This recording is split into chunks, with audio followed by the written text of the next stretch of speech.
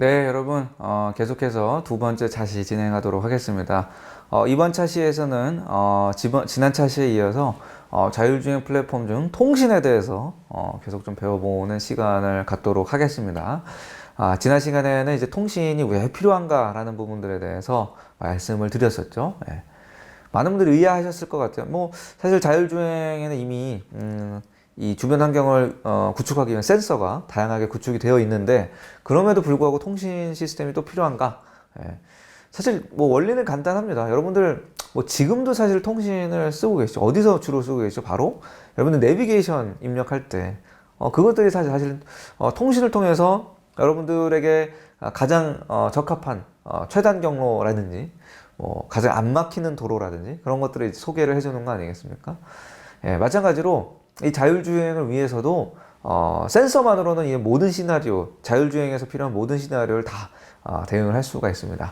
할 수가 없습니다. 예, 그렇죠. 그래서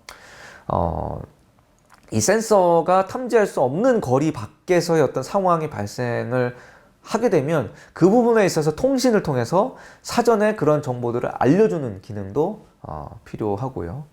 기본적으로는 내비게이션을 하는 데 있어서 통신은 꼭 필요할 수밖에 없습니다. 예, 그래서 그 센서와 통신은 뭐 어느 하나라도 없어서는 안 된다. 예, 모두 다 필요하다라는 말씀을 드렸었고요. 오늘 계속해서 통신 플랫폼 살펴보고 또 통신 플랫폼 못지않게 중요한 것도 바로 지도 플랫폼이거든요. 예, 또 지도 플랫폼을 이번 차시와 또 마지막 차시에 걸쳐서 살펴보는 시간을 갖도록 하겠습니다. 예, 그럼 준비되셨으면 계속해서 또 수업을 진행을 하겠습니다. 예. 뭐 다소 좀 어려운 주제일 수 있는데 바로 통신 기술의 종류에 관련된 말씀으로 좀 시작을 해보려고 합니다. 예. 통신 기술의 종류라고 하면 이제 표준이죠, 표준. 예. 표준이라는 것은 뭔가요? 예, 어떤 하나의 기술이 있는데 그 기술을 구현을 하기 위한 어떤 방법이나 스펙이나 체계 등에 있어서 뭐 국내 혹은 뭐 국외 전 세계에 걸쳐서 따라야 할 어떤 공통적인 규범을 우리는 이제 표준이다라고 이야기를 하죠. 예, 그래서 이 자율주행에 있어서 통신 프로토콜도 매우 중요하지만 어떠한 표준을 따르느냐, 그리고 그 표준을 뭐 어느 기업이 혹은 어느 국가가 선점을 해내느냐, 또 사실은 굉장히 사실은 중요한 이슈가 될 것 같습니다. 예, 그래서 그 표준에 대해서 먼저 말씀을 나눠보려고 하는데요. 먼저 제가 간단하게 여기 표를 하나 좀 발췌를 해봤습니다. 예, 여러분들 뭐 다 알고 계시는 익숙한 용어시죠. 이 정도는 알고 계시죠. LTE라든지 5G 기반의 자동차 통신 기술에 대해서 말씀을 드리고 있는데요. 뭐 LTE나 5G는 여러분들 이미 뭐 스마트폰에서 익숙한 용어시기 때문에 제가 더 깊게 설명을 안 드리겠습니다. 예, 그래서 이제 LTE가 있고 5G가 있는데 5G가 등장한 사실 주 배경은 뭔가요? LTE만으로는 사실 이 현대사회, 빠르게 돌아가는 이 현대사회 만족스럽지가 않다라는 거예요. 여러분 사실 스마트폰을 활용할 때라도 고화질의 어떤 영상이나 어떤 노래라든지 이런 것들이 이제 다운로드 받아서 활용을 하실 때 LTE만으로는 이런 고용량의 고화질의 영상을 받는데 시간이 걸리더라라는 거예요. 예. 그러다 보니까 어떤 그런 소비자의 니즈에 맞춰서 사실은 이런 5G라는 기술이 등장을 한 것도 있는 거죠. 자율주행에 있어서도 마찬가지입니다. 예. 뒤에서도 자세히 배우시겠지만 여러분들 그 카메라나 레이더, 라이더, 우리 자율주행 차량에 부착된 센서들이죠. 이 센서들을 통해서 하루에 얼마나 많은 정보를 주고받을 거라고 생각을 하십니까? 예. 또 우리가 바로 지금 살피고 있는 통신, 예. 이 통신을 활용을 해서는 또 얼마나 많은 데이터가 오갈 거라고 생각을 하십니까? 예. 만약에 이 기존에 있는 LTE망을 활용을 한다면 이렇게 센서나 통신을 통해서 수없이 수많은 양의 주고받을 정보들에 대해서 제대로 자율주행차가 파악을 해서 대응을 할 수 있을까요? 그렇다면 이제 5G에서는 어떨 거라고 생각이 되십니까? 예. 그 답을 사실은 이 표에서 이미 제시를 하고 있습니다. 예. 바로 이제 무선 지연이라는 거죠. 무선 지연. 예. 어쨌든 기본적으로 V2X 통신이라는 건 무선으로 주고받는 통신인데요. LTE에서는 이 무선 지연이 어느 정도 수준인가요? 예. 수십 미리세크 수준으로 알려져 있거든요. 물론 뭐 지금 수 미리세크 수준으로 개선이 된다라고 예상은 되고 있습니다만, 근데 자율주행 차량이 되면 그 정도의 어떤 지연 속도로는 뭐 전방의 사고를 빨리 예측해서 대응을 한다라는 데는 부족함이 있다라는 거죠. 그래서 이제 5G 기반 통신성공은 어떻습니까? 무선 지연 시간이 바로 1마일세크 이하라는 거죠. 1미리세크 이하니까 결국은 이하라는 건 이제 마이크로 세컨드 단위까지 내려갈 정도로 이제 5G에서는 이 무선 지연 속도가 굉장히 개선된다라는 거죠. 여기까지는 뭐 여러분들 사실은 뭐 통신 전공자가 아니더라도 어느 정도 가늠할 수 있는 정보라고 생각이 됩니다. 근데 문제는 이제 아래 나오는 용어들이에요. DSRC, 웨이브, CV2X. 바로 이런 것들이 뭐죠? 이 LTE든 5G든 이런 네트워크를 구현을 하기 위한 하나의 표준이 된다라는 겁니다. 표준이 되는 각각 방법의 용어들, 그러니까 각각 표준의 용어들을 제가 이렇게 망라를 한 겁니다. 그래서 이 각각의 통신들이 가지고 있는 용어들에 대해서 간단히 뭐 자세히 살펴볼 필요는 없겠지만 여러분들은 입문자니까 말씀을 드리면, 우리가 일단은 차량 간의 통신을, 차량에 하는 주고받는 통신을 이제 V2X라고 말씀을 드렸어요. 그래서 이제 V2X라는 이런 통신 표준 기술로는 이 보시는 바와 같이 이 DSRC 방식의 웨이브라는 표준과 그리고 셀룰러 V2X, CV2X죠. CV2X 기반의 LTE V2X가 있습니다. CV2X 방식의 LTE가 있는 거죠. 그리고 또 5G 기반의 V2X 방식이 있습니다. 그래서 결과적으로 지금 어떻게 보면 주류를 이루는 그 표준은 바로 이 DSRC 방식의 웨이브와 그리고 셀룰러 방식의 V2X가 있다라고 말씀을 드릴 수가 있겠습니다. 웨이브라는 것은, DSRC 방식의 웨이브라는 것은 근거리 통신의 표준에서 굉장히 그 활용도가 높은 그런 와이파이 기술을 자동차에 맞도록 개선을 한 겁니다. 웨이브 방식은 이런 그 근거리 통신 표준에서 활용도가 높은 와이파이 기술을 이 자동차 통신에 맞도록 이제 개선을 한 겁니다. 그래서 이 통신 표준이 완료가 된 거는 2012년 정도입니다. 그래서 이제 DSRC 방식의 웨이브가 그런 통신 표준이라면 셀룰러 V2X 기반의 CV2X 기반의 이제 LTE 같은 경우에는 기지국을 통해서 차량이나 어떤 인프라 요청을 받습니다. 기지국을 통해서 각 차량이나 인프라 요청을 받고 나서 그거 가지고 판단을 해서 어떤 주파수 할당의 우선순위라든지 순서 등을 정해줄 수가 있는 그런 표준이 되겠습니다. 그래서 일종의 긴급한 요청이 오게 되면 그 통신 중인 주파수를 일부 확보를 해가지고 그걸 이제 재할당을 해주는 거죠. 확보를 해서 재할당을 해주면 그걸 통해서 이제 안정적인 그 자율주행 운행에 이제 기여를 할 수가 있습니다. 그리고 제가 이 자료에는 실지는 않지만 또 유럽이 주도하고 있는 그런 CITS 표준도 있습니다. 그래서 뭐 여러 개 다양한 형태의 그 표준이 있는데요.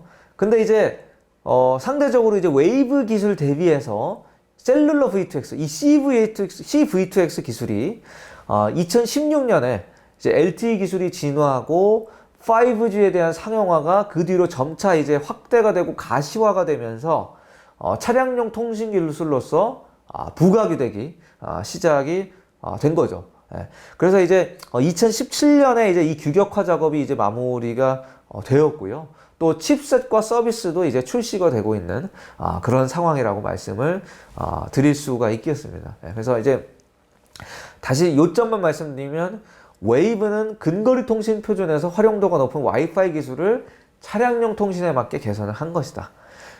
반면에 이제 셀룰러 V2X 같은 경우에는 어떤 긴급한 요청이 옴에 따라서 주파수를 확보하고 재할당을 해줌으로써 안정적인 자율주행에 기여하는 그런 기술인데, 이게 이제 LTE가 상용화되고 더 나아가서 이제 5G 기반의 어떤 상용화 가시하게 되면서 차량용 통신 기술로서 굉장히 좀 급격하게 각광을 받고 있는 그런 표준이다 라고 말씀을 드릴 수가 있겠습니다. 근데 이제 이 둘 중에서 이제 과연 어떠한 표준이냐라는 것이, 어떠한 표준이 주도할 것이냐라는 것이 이제 이슈가 되는 거겠죠.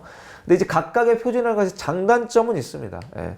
일단 웨이브 같은 경우는 안정성은 상당히 뛰어나다 그래요. 예. 안정성은 굉장히 뛰어나다면 문제는 이제 그 단말 밀도가 증가했을 경우, 단말기의 밀도가 증가했을 때 문제는 이제 지연이 급격하게 증가한다는 거예요. 지연. 예.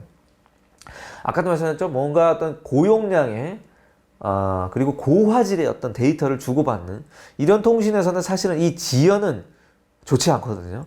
근데 지연이 이제 급격하게 증가하는 단점이 있다는 것이 웨이브의 어떤 문제점이다라고 볼 수가 있겠고요. 상대적으로 이제 셀룰러 V2X라는 것은 성능은 매우 뛰어나지만 안전성의 검증에 있어서는 조금 더 시간이 필요하다라는 그런 부분들이 있습니다. 그래서 이제 웨이브냐 셀룰러 V2X냐에 대해서 실제로도 이렇게 고민이 이루어지고 있느냐. 그래서 제가 하나의 기사를 이제 발표를 한 건데요. 성능은 셀룰러 V2X, 안정성은 웨이브. 과연 표준은 어느 방향으로 흘러가야 할 것이냐라는 거예요. 그래서 이제 결과적으로는 우리 대한민국도 어떤 일종의 이런 공론화를 통해서 어떤 전문가의 의견과 어떤 그런 것들을 수렴을 해서 이런 자율주행 통신의 표준을 결정을 하기 위한 그런 과정이 사실 앞으로 남아야 있을 과제다라고 생각이 되는데요. 해외는 어떨까요? 해외 동향이 또 중요하죠. 자, 미국 같은 경우에는 차세대 자율주행 통신 기술로 셀룰러 V2X를 단일 표준으로 채택을 합니다. 셀룰러 V2X를 웨이브가 아닌 셀룰러 V2X를 단일 표준으로 채택을 하게 되는 거죠. 그러면 상대적으로 와이파이 기반의 웨이브는 어떻게 되는 건가요? 웨이브는 종료를 시키는 거죠. 그래서 이제 머지않아서 이제 종료를 하도록 할 그런 예정이라고 하고요. 유럽은 어떨까요? 유럽 같은 경우에는 웨이브를 사실 표준으로 채택을 하려다가 불발로 끝난 적이 있다라고 이야기를 합니다. 미국은 이제 CVTX를 채택을 확정을 했고요. 유럽은 이제 웨이브를 표준으로 채택하려다 불발이 되고 있고 또 CITS라는 표준을 보고 있고요. 우리나라는 어떤가요? 우리나라는 어쨌든 당분간은 웨이브와 이 셀룰러 VTX, CVTX를 병행할 예정이다라고 이야기를 하고 있어요. 어쨌든 세계적으로는 조금 더 이제 셀룰러 V2X의 무게가 좀 실리고 있는 추세인데 우리나라는 당분간 좀 병행을 할 예정이라고 하시죠. 사실상 글로벌 표준으로 어쨌든 미국을 중심으로 좀 자리매김을 하고 있는 추세에서 과연 이 병행을 하려는 움직임이 어떠한 영향을 줄지는 잘 모르겠습니다. 여러분들이 한번 판단을 해보세요. 그러면은 실제로 이 자동차를 제조하는 제조사들은 어떨까요? 제조사들은 이미 뭐 LTE라든지 그리고 이런 5G 기반의 이런 셀룰러 V2X 기술을 활용을 해가지고 자동차를 이미 클라우드에 연결을 해서 어떤 컨텐츠나 이런 스트리밍 데이터의 전송 같은 것들을 하고 있고요. 업데이트도 이미 제공을 하고 있습니다. 아까 이제 뭐 테스트밴드나 일반 도로에서 협력 주행도 보셨습니다만은 이미 이런 셀룰러 기술을 활용을 해서 클라우드 기반으로 데이터를 업로드 다운로드를 하고 있다라는 겁니다. 이제 어쨌든 현재는 이런 웨이브나 셀룰러 V2X 간의 어떤 그런 표준 선점을 위한 이런 공방이 어떻게 보면 좀 가열이 되고 있는데 일부 전문가들은 전망을 내놓기를 뭐 조심스럽지만 어쨌든 자율주행 시대를 향한 VTX 기술이 이런 DSRC 기반의 웨이브 기술로부터 그렇죠? 그러니까 이런 4G나 LTE 기반의 이런 셀룰러 V2X 기술로 이동을 하고 결과적으로는 이것이 5G 기반의 셀룰러 V2X로 이동하지 않을까라고 그렇게 생각을 하고 있다라고 합니다. 그래서 이런 통신 표준에 대해서 굉장히 좀 이슈가 되고 있다라는 것도 여러분들 참고하시면 굉장히 좋을 것 같습니다. 다시 좀 본론으로 들어와서 통신 플랫폼으로 좀 돌아와서 그럼 통신 기술에 있어서 자율주행에 있어서 통신이 원활하게 되기 위한 그런 통신 기술의 요구 사항에는 어떤 것들이 있을까요? 고민 한번 해보셨나요? 자, 일단 여기 이 부분이 가장 중요합니다. 계속 제가 강조를 드리고 있습니다만 자율주행 차량의 그 실시간 네트워킹을 위해서는 바로 여기 보시는 것 같이 로우 레이턴시, 저지연이 가장 중요합니다. 여러분들 버벅거리면 어때요? 굉장히 답답하잖아요. 자율주행 차량은 답답함으로 끝나지 않습니다. 대용량의 데이터를 주고받고 판단을 내리는 과정에서 버벅거리면 어떻게 되겠습니까? 사고를 피할 수가 없어요. 자율주행이 그토록 강조하는 안정성이 담보가 될 수가 없다라는 거예요. 그래서 실시간으로 대용량의 네트워킹을 주고받기 위해서는 이 로우 레이턴시가 굉장히 중요하고요. 그러면 이제 이렇게 물을 수가 있겠죠. 여러분들 이렇게 질문하실 수가 있을 겁니다. 아니 뭐 얼마나 많은 데이터를 주고받길래 이렇게 로우 레이턴시가 중요할까? 라고 질문을 던지신다면 여기 그 현대모비스가 이제 2019년에 한 블로그를 통해서 이렇게 말을 한 바가 있습니다. 자율주행 시험차 한 대가 1시간 동안 쏟아내는 데이터가 4TB 수준이다라고 이야기를 하고 있습니다. 뭐 여러분들 뭐 요새 뭐 HDD나 뭐 SSD 용량 어느 정도 되나요? 뭐 대부분 뭐 한 250기가 내지는 한 512기가 정도 쓰고 계시고, 물론 뭐 테라바이트 수준도 있습니다. 뭐 1TB짜리도 있고 2TB짜리 용량을 가지는 뭐 HDD나 SSD도 있겠죠.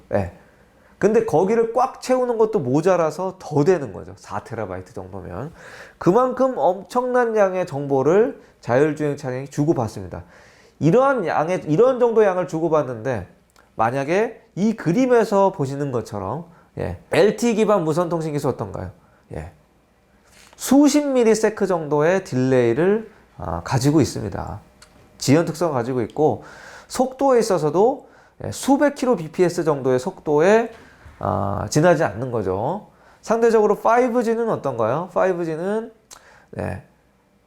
1ms 이하의 굉장히 빠른 저지연 특성을 가지고 있고, 데이터를 업로드 다운로드 하는 속도도 기가 단위에 이르는, 그러니까 LTE에 비해서는 훨씬 더 빠른 성능을 가지고 있기 때문에, 저지연의 특성과 빠른 성능을 가지고 있기 때문에 결과적으로 이렇게 4TB라는 어마어마한 양을 쏟아낸다고 할지라도, 이 자율주행 차량이 어마어마한 양을 1시간당 쏟아낸다고 할지라도 그거를 이제 감당할 수 있다 라는 거죠.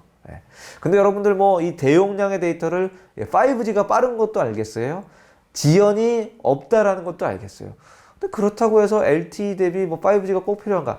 아직까지는 구체적으로 실감이 안 나시죠? 제가 하나의 사례를 좀 소개를 해드리도록 하겠습니다. 이해를 돕는 퀴즈입니다. 하나의 상황이 있습니다. 여기 자동차 앞에 상황이 있습니다. 갑작스럽게 뭐 또 아까 예를 들어서 스쿨존에 어린이가 무단횡단하려고 갑자기 튀어나온다고 해볼까요? 그러면은 일반적으로 우리가 운전을 할 때, 뭐 인간이 운전을 하든 뭐 자율주행 차량 운전을 하든 뭐 어떤 차량이든 상관없습니다. 어떻게 대응을 할까요? 갑자기 튀어나온 어린아이에 대해서 첫 번째 순서 뭐죠? 위험을 느끼고 브레이크를 밟죠. 뭐 사람이 밟든 기계가 전자식으로 제어를 하는 위험을 느낄 겁니다. 자, 브레이크를 밟으면 그 브레이크가 이제 말을 듣기 시작을 하죠. 브레이크를 밟으면서부터 브레이크가 듣기 시작하는 순간까지 차가 이동하는 거리를 공주거리라고 이야기를 합니다. 물리학적으로는 공주거리라고 표현을 하는 거죠. 그래서 브레이크가 이제 듣기 시작해서 최종적으로 정지할 때까지를 우리는 제동거리다라고 이야기를 합니다. 브레이크가 말을 듣기 시작해서 실제로 정지할 때까지 이동한 거리를 제동거리라고 이야기를 하죠. 이 공주거리와 제동거리를 합쳐서 총 위험을 느껴서 브레이크를 밟는 순간부터 정지할 때까지 이동한 거리를 우리는 정지거리라고 이야기를 합니다. 흔히 그냥 정지거리를 제동거리라고 표현을 하는 분들도 있는데, 엄밀히 말하면 사실은 틀린 표현이죠. 정지거리는 왜냐하면 제동거리와 공주거리를 함께 합친 개념이기 때문에 그렇죠. 그러면은 만약에 이 차가 시속 100km라고 가정을 해보죠. 근데 이 자동차가 LTE 통신망을 통해서 위험을 감지합니다.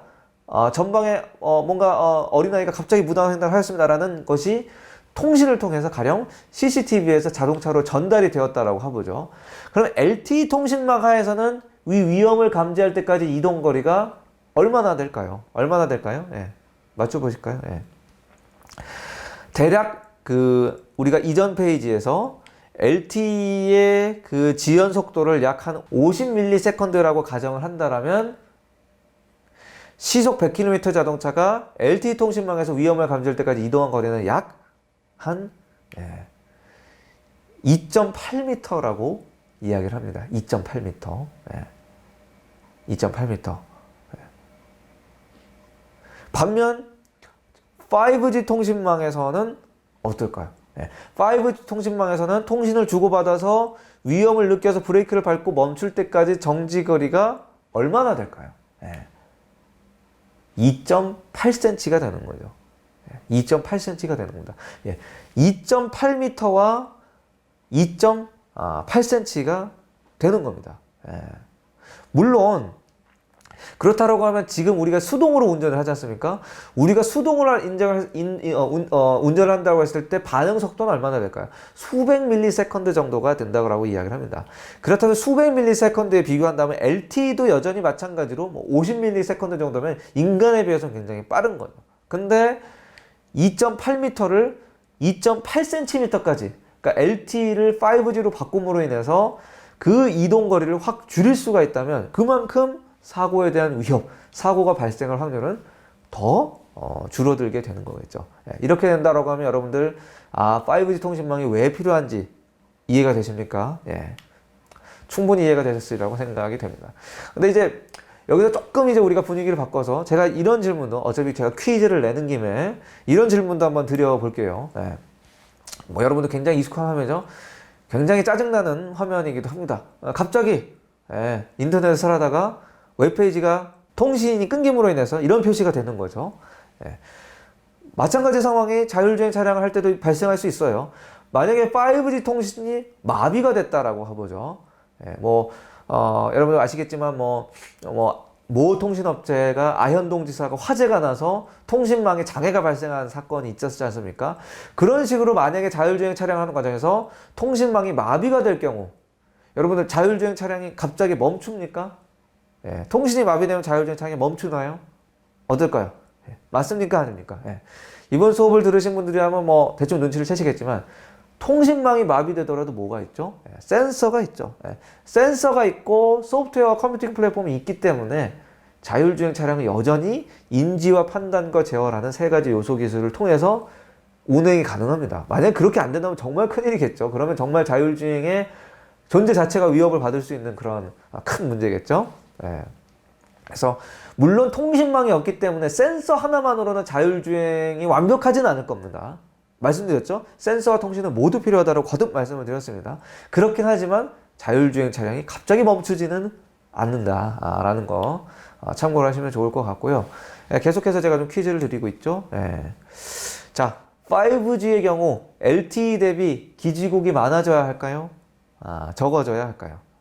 기본적으로 이제 5G는 사용하는 주파수 대역이 높습니다. LTE나 4G에 대비해서 사용하는 주파수 대역이 높은데요. 사용하는 주파수 대역이 높다는 거는 속도가 빠르다는 겁니다. 파의 속도가 빠르지만 대신에 전파의 도달 거리가 짧습니다. 제가 여기서 복잡한 물리적인 공식을 설명할 드릴 이유는 없습니다만 속도가 빠르면 반대로 반비례해서 도달 거리는 짧아지기 때문에 도달 거리가 짧아지면 어떻게 되나요? 당연히 기지국을 더 촘촘히 세워야 할 수밖에 없는 거죠. 그렇기 때문에 여기 보시면 알겠지만 그림에서 보시는 것 같이 이 기지국 대비해서 5G의 도달 거리가 4G나 LTE에 대비해서 4분의 1 정도 수준이기 때문에 결국은 기지국도 더 4배 촘촘하게 세워야 된다라는 것도 막간을 이용한 상식으로 알아두시면 굉장히 좋을 것 같습니다. 그럼 이 정도로 이제 우리가 통신 플랫폼이 얼마나 어쨌든 중요한지 이해가 되셨으리라고 생각이 되고요. 계속해서 우리가 또 지도 플랫폼에 대해서 좀 설명을 드려보도록 하겠습니다. 지도 플랫폼 강의 전에 간단하게 질문 드려보겠습니다. 역시 DGPS나 IMU에 대해서 들어본 적 있으십니까? 없다면 오늘 수업 잘 들어보시면 좋겠고요. 나는 HAD 맵 혹은 정밀 지도 맵에 대해서 혹시 들어본 적이 있으신가요? 한번 잘 살펴보시기 바랍니다. 우리가 길찾기의 별차서라면 이렇게 될 수가 있을 겁니다. 만약에 이 강의를 듣는 분들이 뭐 10대나 20대 분들이라면 사실은 이거 잘 모르실 것 같아요. 예, 믿기지 않겠지만 옛날에는 운전을 할 때 이렇게 직접 지도책을 펼쳐놓고 운전을 하고 다녔었던 적이 있었습니다. 그랬던 것이 이제 내비게이션에서 소위 말하는 휴대폰 앱을 통해서 계속해서 이제 내비게이션 방법은 진화를 하고 있는 거예요. 그러면 과연 자율주행에서는 우리가 어떠한 맵을 활용을 해야 할까요? 그런 부분들에 대해서 좀 배워보려고 하는데요.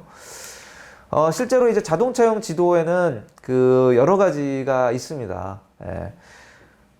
바로 이제 항법 지도가 여러분들이 지금 알고 계시는 이런 내비게이션에 사용되는 지도라고 보시면 되겠습니다. GPS 기반의 이런 내비게이션에 활용되는 항법 지도죠. 여러분들 뭐 스마트폰 앱을 활용을 해서 내비게이션을 작동시킬 때 똑같다고 생각하시면 됩니다. 목적지 탐색하고 경로를 탐색을 하는 그런 용도가 되는 거죠. 그래서 이제 길 안내에 필요한 목적지 정보 정도를 포함을 하면 사실은 우리가 길 찾는 데는 아무 문제가 없습니다. 근데 이제 문제는 자율주행 시대에서는 지금 우리가 알고 있는 정도 수준의 지도로는 자율주행이 어렵다라는 거죠. 왜 그럴까요? 여러분들은 지금 직접 핸들을 잡으시기 때문에 내가 지금 몇 차선에 있는지 압니다. 내가 지금 4차선에 있는지 3차선에 있는지. 가령 내가 4차선에 있다고 해보죠. 근데 저는 좀 있으면 좌회전을 해야 됩니다. 그럼 여러분들 어떻게 해야 돼요? 슬슬 차선을 이제 바꿔나가야죠. 미리미리. 좌회전이 가능한 1차선이나 2차선으로 바꿔놔야 될 겁니다. 여러분은 당연히 하실 수가 있죠. 근데 자율주행 차량에서는 그러한 내가 지금 몇 차선에 있는지, 지금 이 도로가 총 몇 차선으로 구성이 되어 있고 좌회전을 하려면 몇 차선으로 이동해야 되는지 그런 정보들이 하나하나가 입력이 되어 있지 않다면 자율주행은 좌회전을 할 수 있을까요? 할 수가 없죠. 그렇기 때문에 자율주행의 정밀지도는 뭔가 더 많은 정보가 담겨 있어야 되고 더 정밀해야 합니다. 더 정밀해야 하는 건 왜 그럴까요? 여러분들 지금 GPS 기반의 그 거리 오차가 얼마가 되는지 아시나요? 수십 미터 범위의 오차입니다. 근데 자율주행에서는 그 정도가 좀 부족합니다. 왜? 내가 지금 몇 차선에 있는지 알려면 수십 미터의 오차로는 내가 지금 몇 차선에 있는지 정확하게 알 수가 없습니다. 수 미터, 수십 센치의 오차 정도는 확보가 되어야 내가 지금 정확히 몇 차선에 있고 좌회전하려면 얼마나 이동을 해야 하는지를 알 수가 있는 거죠. 자율주행의 정밀지도는 차선 단위로 구분이 되어야 합니다.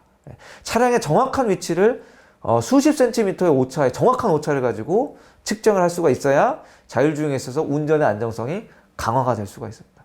그렇기 때문에 단순히 목적지 정도만 포함해서는 불충분합니다. 차선이나 신호등이나 표지판에 대한 정보가 모두가 다 하나하나 일일이 다 담겨져 있어야 됩니다. 그런 것들이 다 데이터베이스 형태로 저장이 되어야 하는 거죠. 그래서 방금 말씀드린 대로 자율주행을 위한 정밀지도 맵을 우리가 보통 이제 HAD 맵이라고 합니다. HAD 맵이라고 하는데 이게 이제 HAD 맵을 통해서 보이는 화면의 일부인데요. 바로 이런 3차원 도로 환경 정보를 수십 센치 오차 수준으로 정확하게 제공을 해야 차선 정보나 뭐 도로의 공률이나 경사라든지 신호등, 표지판, 연석과 같은 이런 정말 이런 것까지 있어야 되나 싶을 정도의 모든 하나하나의 정보를 담겨 있어야 합니다. 이런 HAD 맵이라는 것은 여기 보시는 것처럼 MMS 차량, 모바일 매핑 시스템이라는 이런 상단부에 이런 센서가 달린 차량을 통해서 DGPS라든지 IMU나 SFP 등을 활용을 해서 측량을 하게 됩니다. 그래서 이제 여기서 뭐 SFP에 대해서 뭐 간단히 소개를 드리면 SFP라는 건 이제 센서 융합 추기를 위한 인지 기술입니다. 그래서 차량 주변에 어떤 고정밀 지도 정보를 호출하고 실시간으로 주행하면서 시접한 센서 정보와 비교를 하는 거죠. 그래서 지도 정보와 센서 정보를 비교를 해가지고 차량의 위치를 보정을 해 나가는 겁니다. 그러니까 어느 하나만 활용을 하지 않고 복합적으로 활용을 해서 각자 가지고 있는 정보를 활용을 해서 위치 오차를 보정을 해 나간다면 단순히 GPS를 활용을 하는 것보다는 훨씬 더 정확도가 높을 수가 있겠죠. 근데 이제 이런 MMS를 활용한 차량을 하면 여러분들 가령 고속도로를 주행하려다가 갑자기 길을 잘못 들여서 방향을 바꿔야 돼요. 고속도로에서 유턴을 할 수가 없죠. 자동차를 활용을 하면 이런 물리적인 동선에 있어서 기동력이 굉장히 떨어지기 때문에 보시는 것 같이 MMS 차량과 함께 드론을 활용한 데이터 수집도 하기도 한다라는 거 파악을 하시면 좋을 것 같습니다. 이렇게 MMS나 드론을 활용을 해서 초정밀 지도를 구축을 하는 것이 자율주행 시대의 또 다른 숙제다. 라는 것들. 그래서 오늘 이제 통신 플랫폼과 지도 플랫폼에 대해서 살펴봤는데요. 간단하게 요약을 하면 어쨌든 이런 통신 표준의 장단점들이 각각 있기 때문에 표준 결정에 어려움이 있습니다만 글로벌하게는 셀룰러 기반의 V2X 통신을 활용을 하고 있다. 그리고 통신 기술에서 이제 가장 중요한 것은 저지연이다라는 거예요. 그렇기 때문에 5G 기반의 어떤 이런 자율주행 통신 기술이 중요하다. 뭐 더 나아가서는 이제 6G도 가능하겠죠. 그리고 이제 우리가 지도 플랫폼에 대해서 간단하게 살펴봤습니다. 자율주행 지도는 지금의 내비게이션용 지도만으로는 부족하다. 정보가 부족하다. 정보도 부족하고 위치 정보에 대한 정확도도 더 뛰어나야 한다. 그렇기 때문에 이제 그런 것들을 일단 초정밀 지도를 구현을 하게 하는데, 초정밀 지도를 구현하기 위한 1차 작업은 바로 이렇게 MMS 차량과 드론을 통해서 정밀하게 지도 정보를 획득을 하는 것이 가장 첫 번째 미션이다 라는 걸 말씀을 드리고요. 계속해서 다음 차시에서 이 지도 플랫폼에 대해서 마저 말씀을 드리도록 하겠습니다. 네, 수고하셨습니다. 감사합니다.